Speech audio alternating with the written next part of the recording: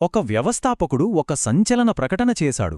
అదేంటంటే తన ప్రస్తుత ప్లాట్ఫామ్ని పక్కనపెట్టి కేవలం కొద్దిమంది కోసం మాత్రమే ఒక కొత్త ప్రపంచాన్ని సృష్టిస్తున్నాడట.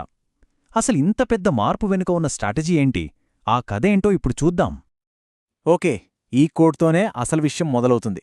యాష్ ముఫారే చేసిన ప్రకటన మొత్తానికి ఈ ఒక్క వాక్యమే గుండెలాంటిది. చూడండి, పాత వాహనాన్ని వదిలేయడం కాదిక్కడ విషయం. ఏకంగా మొదటి నుండి స్క్రాచ్ నుంచి ఒక కొత్తదాన్ని తయారు చేయాలన్న ఒక బలమైన నిర్ణయమిది. అసలు ఈ ఆలోచన ఎందుకొచ్చింది? ఆ కారణాల్లోకి వెళ్దాం. సరే, ఈ విశ్లేషణలో మన ప్రధానంగా 5 విషయాల గురించి మాట్లాడుకుందాం. మొదట, ఆ పాత ప్లాట్ఫామ్తో వచ్చిన అసలు సమస్య ఏంటి? రెండవది, దానికి పరిష్కారంగా కట్టిన ఈ విక్టరీ వారధి ఏంటి? ఆ తర్వాత, అస్సలు నమ్మలేని విధంగా జరిగిన ఆ 6 లక్షల మంది ఫిల్టరింగ్ ప్రాసెస్ ఎలా జరిగింది? ఇక ఎంపికైన వారికి చివరికి ఏం దక్కుతుంది? ఫైనల్గా ఈ మొత్తం ప్రయాణం యొక్క అసలు గమ్యమేంటో చూద్దాం. మొదటి భాగంతో స్టార్ట్ చేద్దాం. పాత వాహనంతో వచ్చిన సమస్య ఏంటి? అసలు ఎంత పెద్ద మార్పుకు దారితీసిన కారణాలేంటో చూద్దాం. ఇక్కడొక విషయం క్లియర్గా అర్థం చేసుకోవాలి. ఆన్ ప్యాసును మూసేస్తున్నారని కాదు, కాని వ్యవస్థాపకుడి దృష్టిలో తన డ్రీమ్ బిజినెస్ అనే ఒక పెద్ద లక్ష్యముంది కదా, దాన్ని చేరుకోవడానికి ఈ ప్లాట్ఫామ్ సరిపోదని అర్థమైపోయింది. సింపుల్గా చెప్పాలంటే ఆ వేగానికి, ఆ విజన్కు ఇది మ్యాచ్ అవ్వట్లేదనమాట. ఓకే, ఈ స్లైడ్ అసలు కథనంతా చెప్పేస్తోంది. గతం వర్సెస్ భవిష్యత్తు. ఒకవైపు చూస్తే పాత ప్లాట్ఫామ్లో పేరుకుపోయిన నెగటివిటీ, పాత చింతకాయ పచ్చడలాంటి ఆలోచనా విధానం, పాత స్ట్రక్చర్. మరోవైపు చూడండి, భవిష్యత్తులో రాబోయేది పూర్తిగా కొత్త మైండ్సెట్, ఎక్స్క్లూజివిటీ, క్వాలిటీ, ఇంకా పర్సనల్ ట్రాన్స్ఫర్మేషన్. ఇది జస్ట్ ఒక అప్గ్రేడ్ కాదు, ఇది కంప్లీట్ రీసెట్ బటన్ నొక్కినట్టు. సరే, మరి ఈ సమస్యకు పరిష్కారమేంటి? దానికోసమే విక్టరీ అనే ఒక వారధిని నిర్మించారు. ఇప్పుడు దాని గురించి తెలుసుకుందాం. ఇది బాగా గుర్తుపెట్టుకోవాలి. విక్టరీ విత్ యాష్ అనేది ఫైనల్ బిజినెస్ కానే కాదు.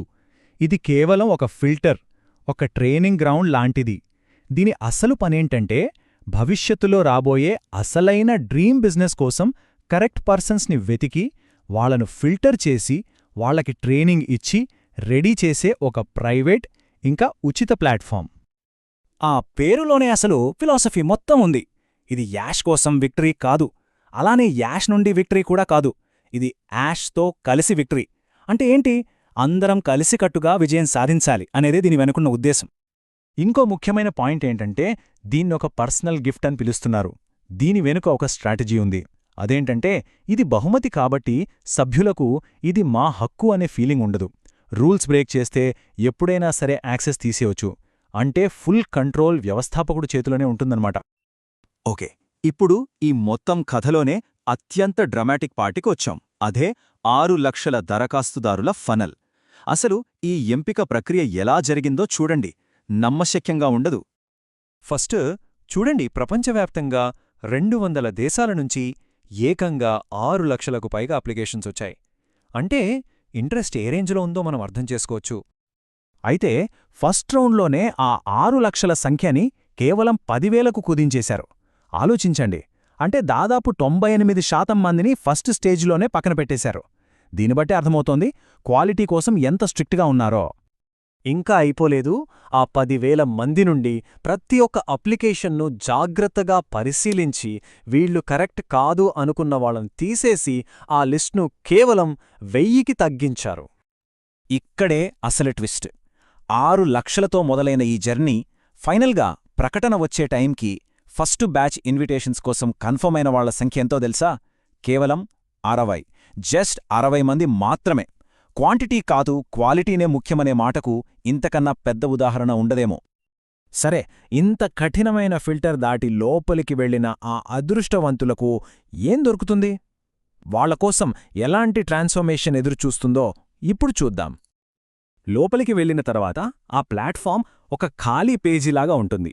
అంటే పాతదేమీ ఉండదు.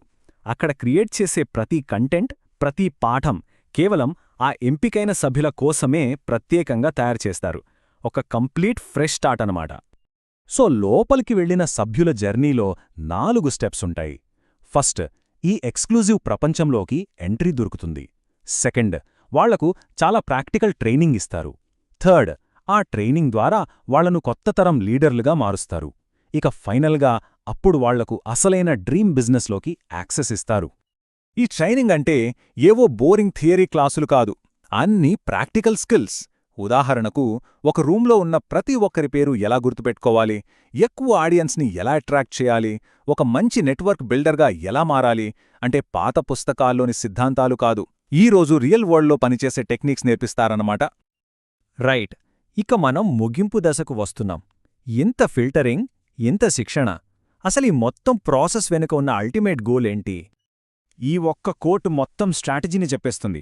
నాకు ఎంత తక్కువ ఉంటే అంత మంచిది, ముగ్గురున్న చాలు, నేను సంతోషంగా ఉంటాను. దీనర్థం చాలా సింపుల్. వేల మంది సాధారణ ఫాలోవర్స్ కంటే క్వాలిటీ కమిట్మెంటున్న ముగ్గురు లీడర్లు చాలు అనే ఒక బలమైన నమ్మకమిది. ఈ టేబుల్ చూస్తే మొత్తం జర్నీ ఒకేసారి అర్థమవుతోంది. గతం ఆన్ ప్యాసివ్ అంటే పాత వాహనం, ప్రస్తుతం విక్టరీ విత్ యాష్ అంటే వారధి లేదా ఫిల్టర్, ఇక భవిష్యత్తు అదే ఫైనల్ డెస్టినేషన్ అయిన డ్రీమ్ బిజినెస్. సో ఫైనల్గా ఇక్కడ మనం గుర్తుంచుకోవాల్సిన కీ పాయింట్ ఏంటంటే, సాధారణంగా బిజినెస్ స్టార్ట్ చేసి ఆ తరువాత లీడర్ల కోసం వెతుకుతారు. కాని ఇక్కడ దానికి రివర్స్. ముందుగా సరైన లీడర్లను తయారు చేసి ఆ తరువాత వాళ్లతో కలిసి బిజినెస్ నిర్మించడం.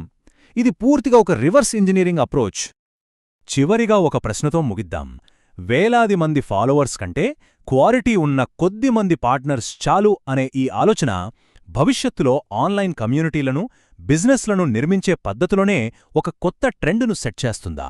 ఇది నిజంగా ఆలోచించాల్సిన విషయమే.